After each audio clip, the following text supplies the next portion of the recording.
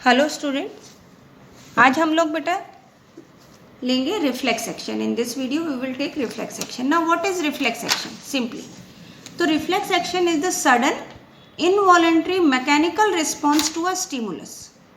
कोई भी स्टिमुलस से अगर हमें सडन इनवॉलंटरी मतलब हमारी विल पर डिपेंड नहीं कर रहा, अचानक से हो रहा है, और मैकेनिकल मतलब कि देयर इज सर्टेन मूवमेंट, ठीक है, तो that response is called as the reflex action. So what is reflex action? Sudden involuntary mechanical response to a stimulus is called as reflex action. Now we come on to that कि what are the examples of the reflex action. तो simply if your finger get pricked by a sharp needle, अगर आपकी finger एक sharp needle से prick हो जाती है, needle वो एकदम अचानक से लग जाती है, तो you just withdraw your hand, तो आप जो अपना हैंड विड्रॉ करते हो that is also a reflex action. If any of the object is there which is hot and if you just touch it you immediately remove your hand, this is also a reflex action. Okay, next is the bright light. If the bright light comes directly और falls in your eye, your eyelids will automatically get closed. ठीक है, वो जो आपकी eyelids होती हैं वो close हो जाती है. This is also a reflex action. इसी तरह से बेटा रिफ्लेक्स एक्शन में हम एग्जाम्पल दे सकते हैं कि even the decapitated frog. Decapitated का क्या मीनिंग होता है? डीकैपिटेटेड मीन्स हुज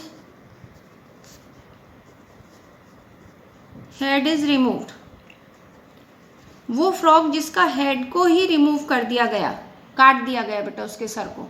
क्यों काट दिया गया? टू जस्ट फाइंड आउट कि who is responsible for the reflex action, because brain does not play any role in the reflex action.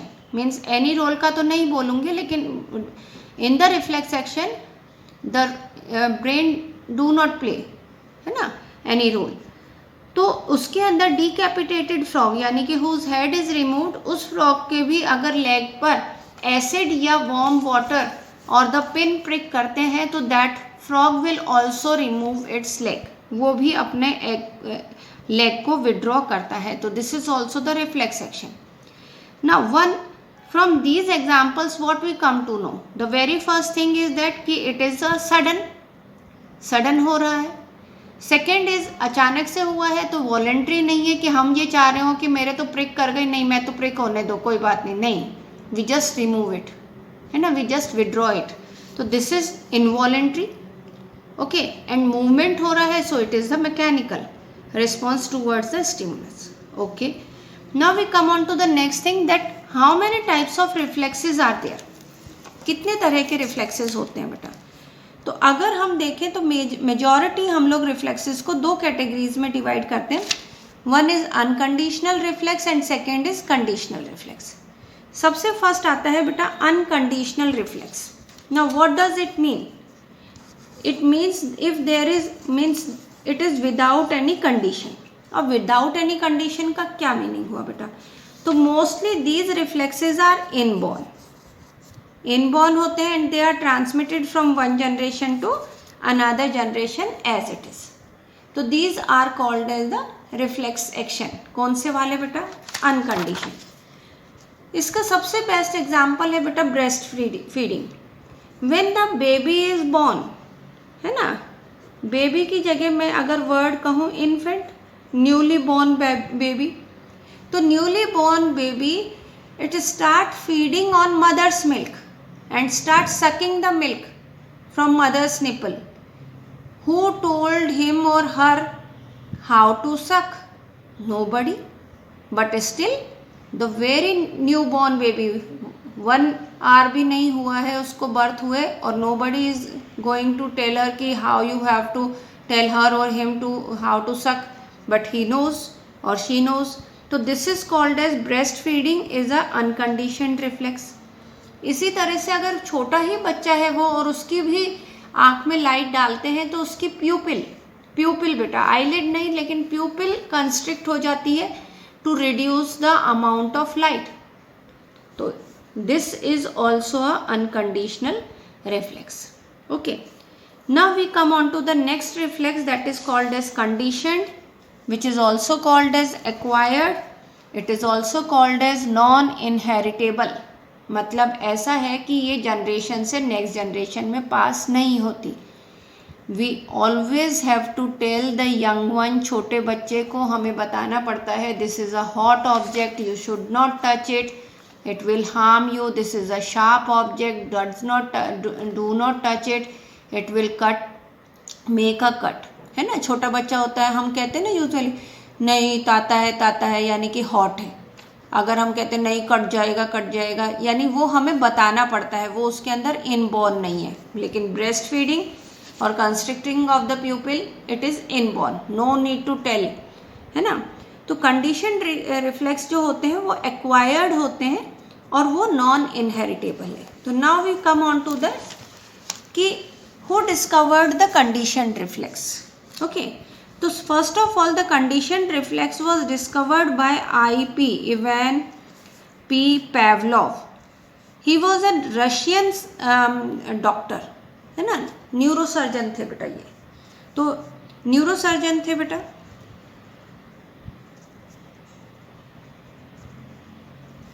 And this Pavlov, doctor Pavlov have had a dog. उनके पास क्या था बेटा, एक dog था. तो what he did कि whenever he saw that कि जब भी वो डॉग को फूड देते हैं, whenever he gave food to the dog, dog start salivating. जैसे ही फूड रखा जाता है डॉग सलाइवेट करने लगता है. देन व्हाट ही डिड, उन्होंने क्या करा, दे जस्ट रंग द बेल. बेल बजाते थे, बेल बजाने के बाद फूड देते थे और फूड देते ही डॉग क्या करता था बेटा, सलाइवेट करता था. उनका ये एक कॉमन सीक्वेंस बन गया था कि every day before giving the food he rang the bell. है ना, वो घंटी बजा के ही, पहले घंटी बजाते फिर फूड रखते, फिर डॉग उसे खाता. अब बेटा ऐसे करते करते वो 2-3 मंथ्स तक उन्होंने कॉन्टिन्यूस सेम प्रोसीजर अप्लाई किया.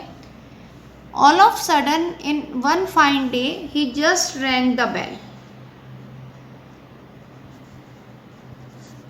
उन्होंने सिर्फ घंटी बजाई एंड कोई फूड नहीं दिया, no food.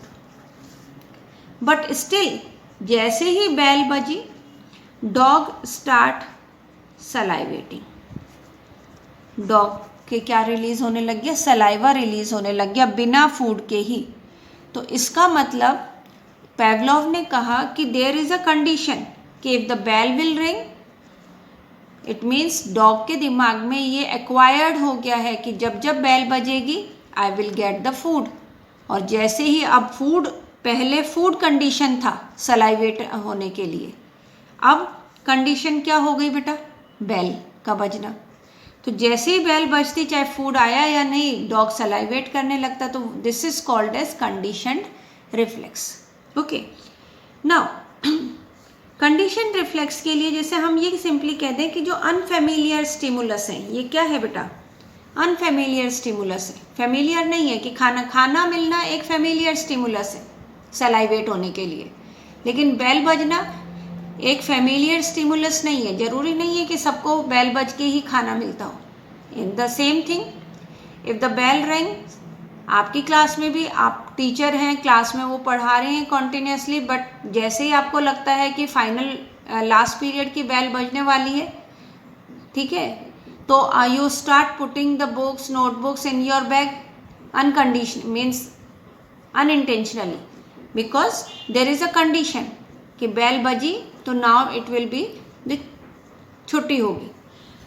Now this is the unfamiliar stimulus which acquire the capacity to evoke the response by the repeated action is called as conditioned reflex. Conditioned reflex क्या है बेटा, कोई unfamiliar stimulus जो acquire करते हैं और उसमें कैपेसिटी होती है कि वो उसके रिपीटेड एक्शन, उस अनफेमिलियर रिस्पॉन्स के रिपीटेड एक्शन की वजह से जो वो रिफ्लेक्स एक्शन शो करते हैं, that is called as conditioned reflex.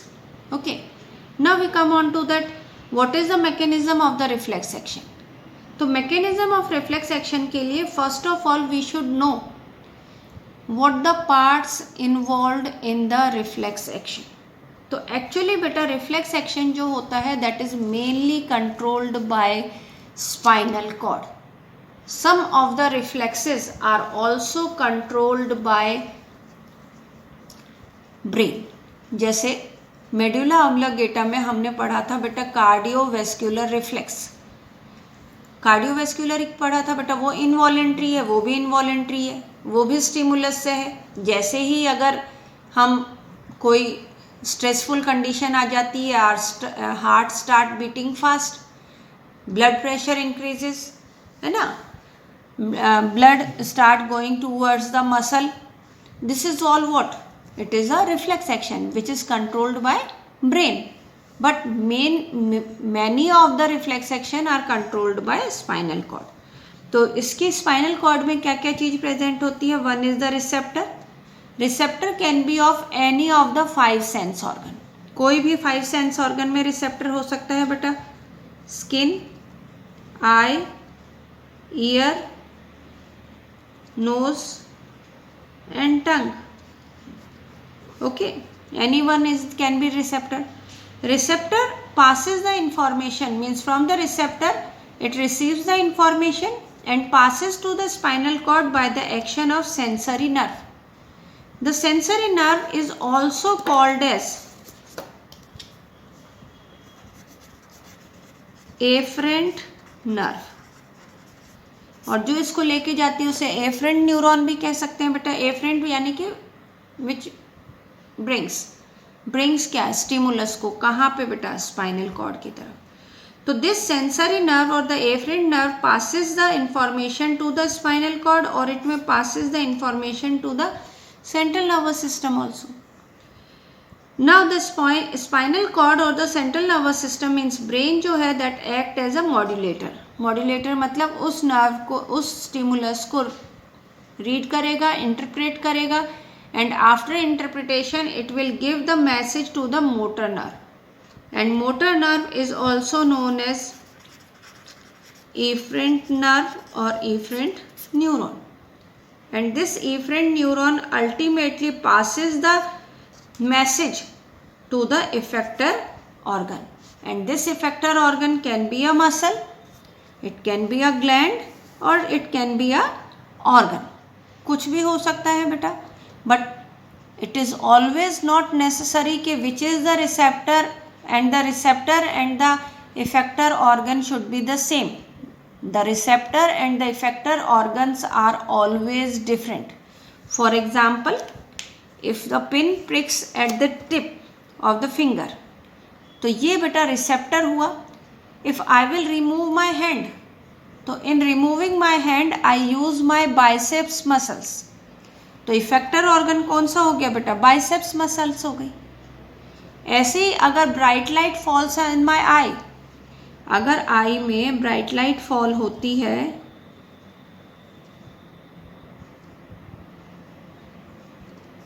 तो बेटा रिसेप्टर ऑर्गन क्या है, receptor organ is the retina. Retina is the receptor organ. But due to the bright light these pupils get dilated, pupil get constricted due to this iris muscle. So here the iris muscle will be the effector organ and the retina will be the receptor organ. So always the receptor organ and the effector organ are different. Okay, now we come on to the next, that is the reflex arc. Reflex arc में बेटा मैंने एक simple structure बनाया है जिसके अंदर ये वाला पोर्शन एक स्पाइनल कॉर्ड है बेटा. In the last video I explain the structure of spinal cord. ये हमने स्पाइनल कॉर्ड का ट्रांसफर सेक्शन लिया है. This is the central canal. The middle वाला middle portion, this is the grey matter and outside one will be the white matter. Now suppose this is a pin has been pricked in the finger tip, तो यहाँ पे बेटा ये this finger is the receptor. This receptor is passing the information through the nerve, and this nerve is called as afferent nerve. The afferent nerve will come into the dorsal root ganglion. किस में आएगा बेटा? Dorsal root ganglion. And then it passes to the spinal cord. In the spinal cord here, the interpreter neuron या interneuron is present. They interpret it and passes the information to the motor neuron, या फिर इसको बेटा efferent nerve भी कहते हैं. And then it passes to the effector organ, and this effector organ will move according to the information given by the spinal cord. Here I am just एक और चीज बेटा मैंने ड्रॉ किया है, and this is this. I just draw a arrow in this direction and written towards brain. What does it mean? Whenever we get any of the information regarding with the reflex action, the same information passes to the brain also for the further memory. Okay, यानी further उसको interpret करने के लिए the information is passed to the brain and then the brain keep it as a memory. For example, जैसे मैंने आपको previous video में भी कहा था कि इसके लिए जो मेमोरी होती है वो हमारे ब्रेन में हो जाती है कि अगर एक बार मेरे पिन कहीं चुभ गई किसी चीज़ को, जैसे suppose I am putting my hand in the bag में मैंने हाथ डाला तो मेरे हाथ में पिन आ गई, तो next time if I will just put my hands in the bag I will be more careful. क्यों केयरफुल रहूँगी? ये सोच के कि कहीं फिर वापस पिन ना चुभ जाए. तो दिस इज़ व्हाट कि हर बार हम रिफ्लेक्स एक्शन की वेट नहीं करेंगे कि अगर पिन चुभ गई तो ठीक है हम हटा लेंगे. No, it will comes in a permanent memory कि whenever you have to put your hand in the bag, you have to be more careful because it might be pin or some sharp object might be there. तो इस तरह से ये brain को जाता है, जो ब्रेन उसको क्या करती है बेटा, स्टोर करती है. फर्दर जो पास्ट एक्सपीरियंसेस है उसके अकॉर्डिंग फर्दर हम वर्क करते हैं. तो that is the reflex action. Now जो रिफ्लेक्स आर्क है, what is the reflex arc? Reflex arc is unidirectional. कैसा होता है बेटा reflex arc? Unidirectional, only single direction में चलता है. कैसे? Receptor to sensory, sensory to interneuron. किस में प्रेजेंट है बेटा? स्पाइनल कॉर्ड में. Spinal cord to motor and motor to effector organ. तो this is the reflex arc which is always move in a single direction. एक ही direction में है बेटा, तो this is called as uni directional. So this is about the reflex action. Okay, and whenever reflex action occur, the same information is passes to the brain for the further memory, for just like the experience, so that we will not do the same thing or we will not follow the same thing again and again. Thank you.